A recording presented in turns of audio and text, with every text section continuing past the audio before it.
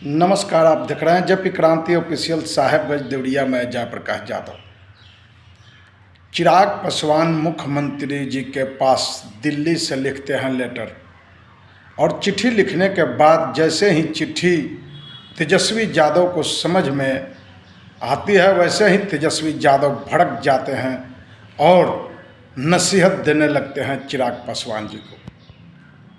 तो आप समझ सकते हैं जिस तरह से दलित बच्चियों के बारे में मुजफ्फरपुर का जो घटना है वह रुकने का नाम नहीं ले रहा है, क्योंकि बहुत दर्दनाक घटना है और बच्ची का मौत भी हो गया। दरिंदे जो हैं डॉक्टर और नेता के चक्कर में, सरकार के चक्कर में मौत भी हो गया। तो हम उस व्यक्ति का बात कर रहे हैं जो मौत और जिंदगी से जूझते जूझते वह बच्ची दम तोड़ दी, और वहाँ तेजस्वी यादव कल पहुँचे हुए थे। केंद्र में बैठकर चिराग पासवान जी चिट्ठी लिखते हैं कि बिहार में अपराध बढ़ चुका है। आपने कैसे एक्सेप्ट कर लिया कि बिहार में अपराध बढ़ चुका है, और इतने दिनों से इतने घटना पर घटना हुआ, लेकिन आपने कहा कि नहीं, जीरो टॉलरेंस है और मुख्यमंत्री अच्छे काम कर रहे हैं, हम भाजपा गठबंधन के साथ हैं। चिराग पासवान जी, दोनों काम नहीं होगा। आपको या तो गठबंधन तोड़कर अलग हटना होगा, नहीं तो सरकार की बात रखनी होगी। आप या तो गठबंधन तोड़कर और नए गठबंधन बनाइए, और बिहार में चुनाव है, आपको चुनाव नए गठबंधन के साथ लड़ना चाहिए। तेजस्वी यादव ने जो मंतव्य रखना था अपना रख चुके, और उन्होंने आपको समझाने का काम किया है।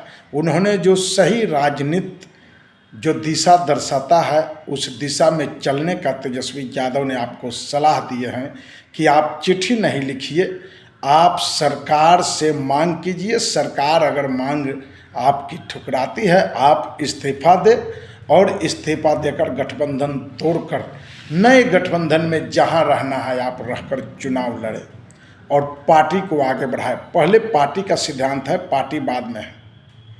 पार्टी का जब कोई सिद्धांत नहीं रहेगा तो उस सिद्धांत के तौर पर अच्छे लोग और जनता पार्टी के साथ कभी नहीं रहेंगे, और जनता जब तक मानती नहीं है जिस पार्टी को, तो पार्टी कहीं से खड़ा होने वाली नहीं है।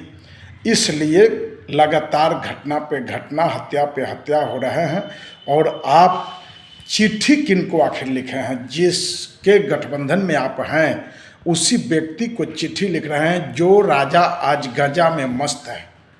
मैं फिर कहता हूं, जो राजा गांजा में मस्त है, गांजा पीकर, उस व्यक्ति के बाद चिट्ठी लिख रहे हैं जो किसी के ऊपर गमले सर पर रखने की कोशिश, और रख भी देते हैं, किसी का पैर छूते हैं, महिलाओं से क्या व्यवहार है उनका वो देखने वाला है। ऐसे ऐसे विचित्र काम करने वाले और माइंड घसके हुए व्यक्ति जो नीतीश कुमार जी, जिनका नाम है मुख्यमंत्री, उनके पास आप चिट्ठी लिखते हैं, जिनके सरकार में रहकर आप सरकार को चला रहे हैं, केंद्र से लेकर और बिहार तक। चिराग जी, आप इतना समझ लीजिए, आज सभी लोगों पे कहीं न कहीं हमला हो रहा है, लोग प्रताड़ित हो रहे हैं। गरीब, नौजवान, किसान और सेना, सभी लोग प्रताड़ित हैं आपके सरकार से। आप गठबंधन तोड़िए। आप और नीतीश कुमार हैं जो आज केंद्र में सरकार बचा हुआ है और बिहार में भी सरकार बचा हुआ है। अगर कहीं भी कुछ भी अगर पिछड़ा आम वाम नौजवान किसान के साथ हो रहा है, तो आप यानी चिराग पासवान, मांझी जी और नीतीश कुमार, ये बिहार के ये जो पार्टियां हैं, इन लोगों पे जाता है जो घटना पर घटना हो रहा हो, और सरकार से आप पूछ भी नहीं सकते हैं कि ये क्या कर रहे हैं।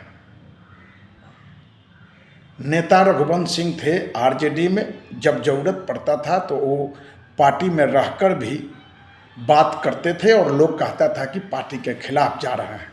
लेकिन आदरणीय लालू यादव जी बोलते थे कि नहीं रघुवंश बाबू अपना बात रखते हैं और रखना भी चाहिए। तो आप पार्टी के अंदर आप लोग बात रखिए। आप लोगों का एक मुंह तक नहीं खुलता है। आप कहते हैं कि हम दलितों के नेता हैं, तो मुंह खुलना चाहिए, आवाज़ उठनी चाहिए, आवाज़ उठाइए, सरकार से जवाब पूछिए कि यही घटना नहीं है, कई घटना है। आप यूपी में आंख उठाकर देखिए किस तरह से दलितों के साथ घटना पर घटना, कहीं जिंदा फूंक दिया जा रहा है, कहीं गोली मार दिया जा रहा है, बुलडोजर चलाकर उसमें दाब दिया जा रहा है। इस तरह से लोगों के ऊपर लगातार जो है हमला पर हमला, लोग प्रताड़ित हो रहे हैं हिंदू मुसलमान के नाम पर, मठ मंदिर के नाम पर। और आप लोग जो हैं ये 131 सांसद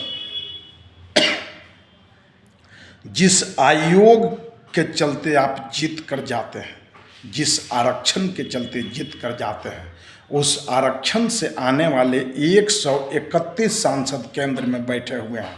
और मैं कहता हूं उसमें से 131 में से एक भी आवाज़ क्यों नहीं उठता है। चंद्रशेखर जी आवाज़ उठाते हैं, आवाज़ उठाना चाहिए। जब चंद्रशेखर आज़ाद बोलते हैं लोग कहता है कि भाई बोल रहे हैं। ममता बनर्जी के सांसद बोलते हैं तो लोग कहता है बोल रहे हैं। अखिलेश जी के सांसद बोलते हैं, लालू यादव जी के साथ चाहे मनोज झा हो, मीसा भारती हो, संजय यादव हो, आवाज़ तो उठा रहे हैं।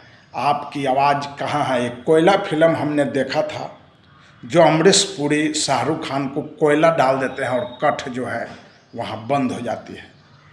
क्या आपके अंदर भी गर्म कोयला डाला गया है? भाजपा वालों ने गर्म कोयला डाल दिया है, जो आपकी आवाज़ नहीं खुल रही है। आप लोग केंद्र में बैठे हुए हैं, आप लोग आवाज़ तक नहीं खोल रहे हैं। अरे सरकार आती है जाती है, कल्याण सिंह से पूछिए, बीपी सिंह से पूछिए। बीपी सिंह ने थोड़े दिन प्रधानमंत्री रहे, उन्होंने आरक्षण देने का काम किया। बीपी मंडल ने आरक्षण देने का काम किया। जननायक कर्पूरी ठाकुर लोहिया, ये लोग आरक्षण के लिए लड़े हैं। मान्यवर काशीराम जैसे लोग आरक्षण के लिए लड़े हैं, तो आज उनका नाम है बिहार जगदेव बाबू, बिहार लेलिन जगदेव बाबू कहा जाता है। इन्होंने आरक्षण के लिए लड़ा। 21वीं सदी के भगवान लालू यादव आरक्षण के लिए लड़ रहे हैं। जो लालू यादव क्लियर कर दिया कि जेल में हमको रहना मंजूर है, लेकिन हम सिद्धांत कभी नहीं बेच सकते हैं, ईमान नहीं बेच सकते हैं। और आम आवाम, पिछड़ा, नौजवान, किसान का हम लड़ाई लड़ेंगे।